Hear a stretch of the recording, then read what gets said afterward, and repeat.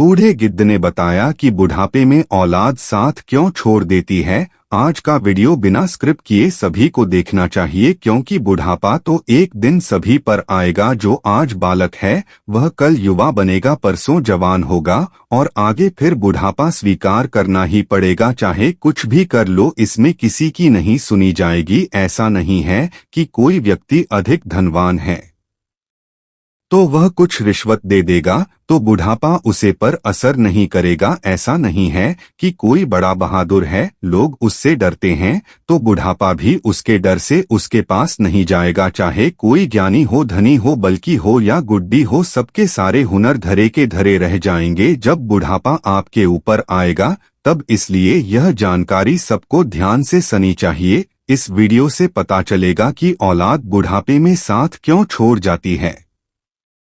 इस बात को समझने के लिए हमें इस कहानी को ध्यान से सुनना चाहिए। किसी जंगल में एक बड़ा भारी बरगद का वृक्ष था। उसे वृक्ष हजारों भारत के पक्षी दिन भर खिलौने करते रहते थे, या यूं कहिए कि पूरे जंगल के पक्षी उसे बट वृक्ष पर विश्राम करने के लिए जाते रहते थे।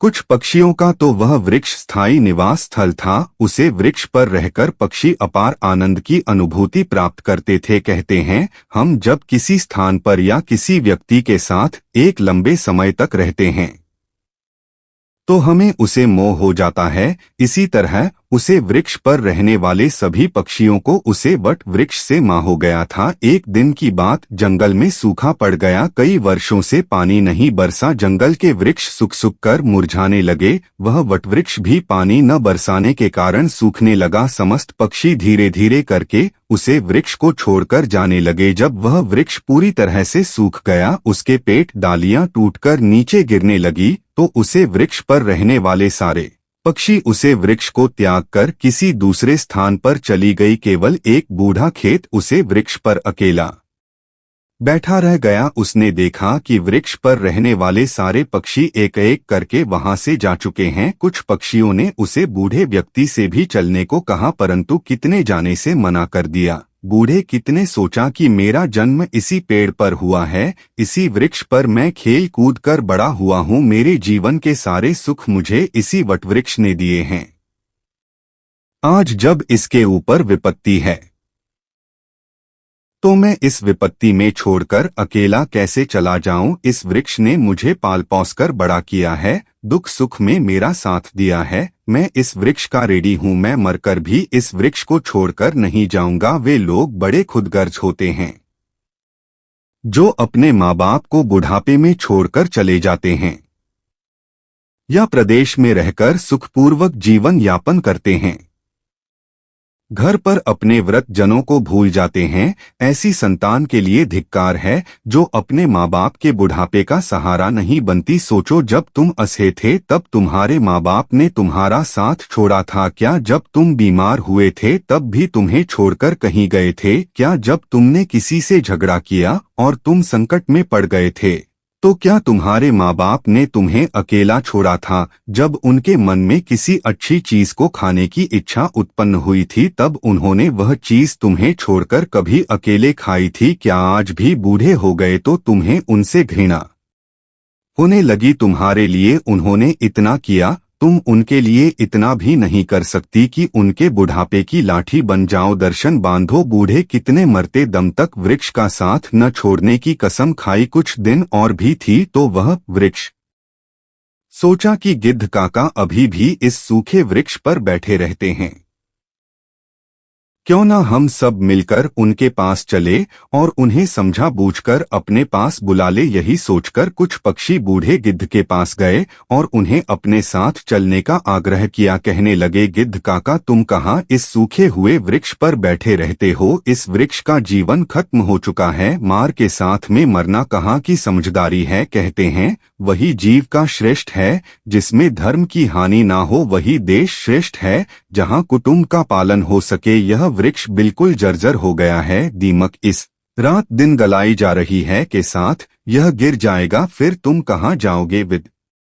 वान लोग कहते हैं कि शत्रुकर जा अग्नि बीमारी इन चारों को समय रहते ढाबा देनी चाहिए। जो इसे अपना समाधान नहीं करता वह बीमत मारा जाता है। ठीक इसी प्रकार तुम्हें भी इस वृक्ष को छोड़कर किसी खुशहाल स्थान पर अपना निवास बना लेना चाहिए। मित्रों, समस्त पक्षियों के समझाने पर भी बुधागीत उसे वृक्ष को छोड़ने के लिए तैयार नहीं हुआ। कहने लगा, भाइयों, यह वृक्ष मेरे माँ बाप के समान है। मेरे माता पिता मुझे जन्म देकर इसी वृक्ष पर मुझे छोड़कर चली गई थी। उनके जाने के बाद मैं इसी वृक्ष पर खेल कर बड़ा हुआ हूँ। जीवन के सारे सुख मैं इसी वृक्ष पर पाए हैं। बचपन से लेकर बुढ़ापे तक का सफर मैं इसी वृक्ष पर तय किया है। अब इस मुश्किल घड़ी में मैं इसका साथ छोड़कर कैसे चला जाऊं, यह मेरी सबसे बड़ी खुदगर्जी होगी। कहते हैं, भक्त, सेवक और शरणागत जो यह कहता हो कि मैं आपका ही हूँ, इन लोगों को संकट पड़ने पर भी नहीं छोड़ना चाहिए। जो इन्हें संकट में छोड़कर जाता है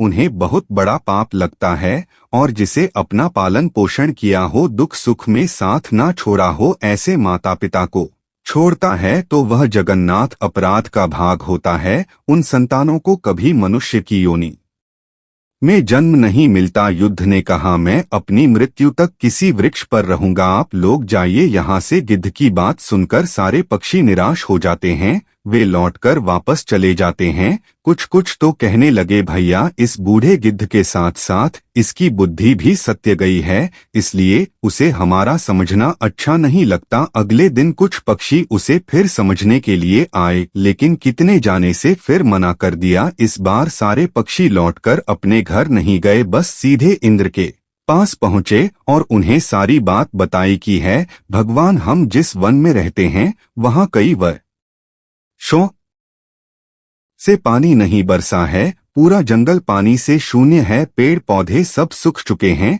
जंगल के सभी जीव जंतु जंगल छोड़कर दूसरे स्थान पर चले गए हैं। पर दुख की बात यह है कि जिस बरगद पर हम लोग रहते थे, उसी बरगद पर एक बूढ़ा गिद्ध भी रहता था। एक बूढ़ा गिद्ध भी रहता है। इस बरगद पर एक बूढ़ा गिद्ध भी रहता है। हम लोग तो चले आए, पर वह गिद्ध उसे बरगद को छोड़कर कहीं नहीं जाना चाहता। वृक्ष सूख कर जर्जर हो चुका है, वह कभी भी गिर सकता है। हम लोगों ने समझाने गए थे, पर वह फिर भी उसे वृक्ष को छोड़ने के लिए तैयार नहीं हुए। वह कह रहे थे कि मरते दम तक मैं इस वृक्ष का साथ नहीं छोड़ूंगा। इसीलिए है, भगवान, आप स्वयं चलकर उन्हें समझा दीजिए, शायद वह आपका कहना मान जाए। दर्शन बंधु पक्षियों के निवेदन को इंद्र ने स्वीकार कर लिया और इंद्रदेव उन पक्षियों के साथ उसे वन में जाकर उसे बूढ़े गिद्ध को समझने लगते हैं। गिद्धराज, मैं देवराज इंद्र तुम्हें समझाने आया हूँ। यह वृक्ष बहुत ही जर्जर स्थिति में पहुँच गया है।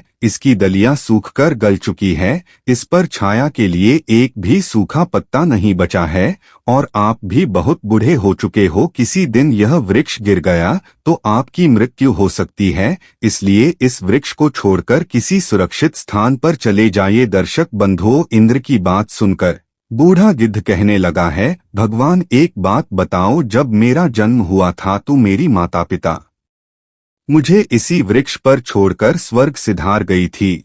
मैं जब असहाय था तो मुझे इसी वृक्ष ने पाल पहुँचकर बड़ा किया। मैं इसी पर खेल कूदा हूँ, इसी पर रहकर सारे सुख उठाए हैं। इसी वृक्ष पर रहते रहते मैं बूढ़ा हो गया। मेरा पूरा जीवन इसी वृक्ष की छांव में बीता है। आज जब इस वृक्ष पर विपत्ति आ गई तो मैं इसे छोड़कर कैसे चला जाऊं। अक्सर लोग यही करते हैं कि विपत्ति आने पर गरीबी में अपने हितैषियों का, अपने बांधवों का साथ छोड़कर चले जाते हैं। मैं उन मतलबी लोगों की तरह नहीं हूँ। मैं मरते दम तक, आखिरी सांस तक अपने माता पिता के तुल्य इस वृक्ष का साथ निभाऊंगा। गिद्ध का ऐसा अद्भुत प्रेम देखकर इंद्र बहुत खुश हो जाते हैं। कहते हैं, मैं तुम्हें वरदान देना चाहता हूँ, बताओ तुम्हें क्या चाहिए। तब गिद्ध कहता है, हे भगवान, यदि देना चाहते हो तो मुझे वरदान नहीं चाहिए। इस बरगद को वरदान दे दीजिए ताकि यह हरा भरा हो जाए, इसकी आयु बढ़ जाए। मैं तो वैसे भी बूढ़ा हो चुका हूँ, थोड़ी बहुत दिन का जीवन शेष बचा है। मेरे बाद इस वृक्ष की छाया में हजारों पक्षी सुखी रहेंगे। सबका भला होगा तो मुझे भी खुशी होगी। गिद्ध की बात सुनकर इंद्र ने उसे वृक्ष को फिर से हरा भरा बना दिया, पूरे जंगल में पानी बरसा दिया, सारे जंगल के वृक्ष फिर से हरे भरे हो गए, चारों तरफ हरियाली छा गई। जो जीव जंतु पशु पक्षी जंगल को छोड़कर चले गए थे, मैं फिर से इस जंगल में लौट आए। सारे पक्षी इस बरगद पर आकर कलरव करने लगी। सब पक्षी मैं फिर से इस जंगल में लौट आई, सारे पक्षी इस बरगद पर आकर कलरव करने लगी। सब पक्षी उसे बूढ़े गिद्ध काका की खूब सेवा करने लगे, उनके लिए भोजन पानी सब वही लाकर देते थे। मित्रों, इस प्रकार गिद्ध का शेष जीवन सुखपूर्वक बीत गया। हमें भी इस कहानी से सीख लेनी चाहिए कि अपनों का बुरे वक्त में कभी साथ नहीं छोड़ना चाहिए। खास करके जिसने आपको जन्म दिया है, उसे माँ का, और पालन पोषण करने वाले उसे पिता का। वह आपके जीवनदाता है। आपको पाल पोस कर बड़ा करने में उन्होंने बहुत तकलीफ उठाई है। उनके बुढ़ापे में यदि आप सहारा नहीं बन पाए तो वह जीवन किसी काम का नहीं रहेगा। दर्शन बांधो, यह वीडियो यदि पसंद आया हो तो वीडियो को लाइक करना और चैनल को सब्सक्राइब करना। मिलते हैं अगली वीडियो में नई चर्चा के साथ। आप सभी का बहुत बहुत धन्यवाद।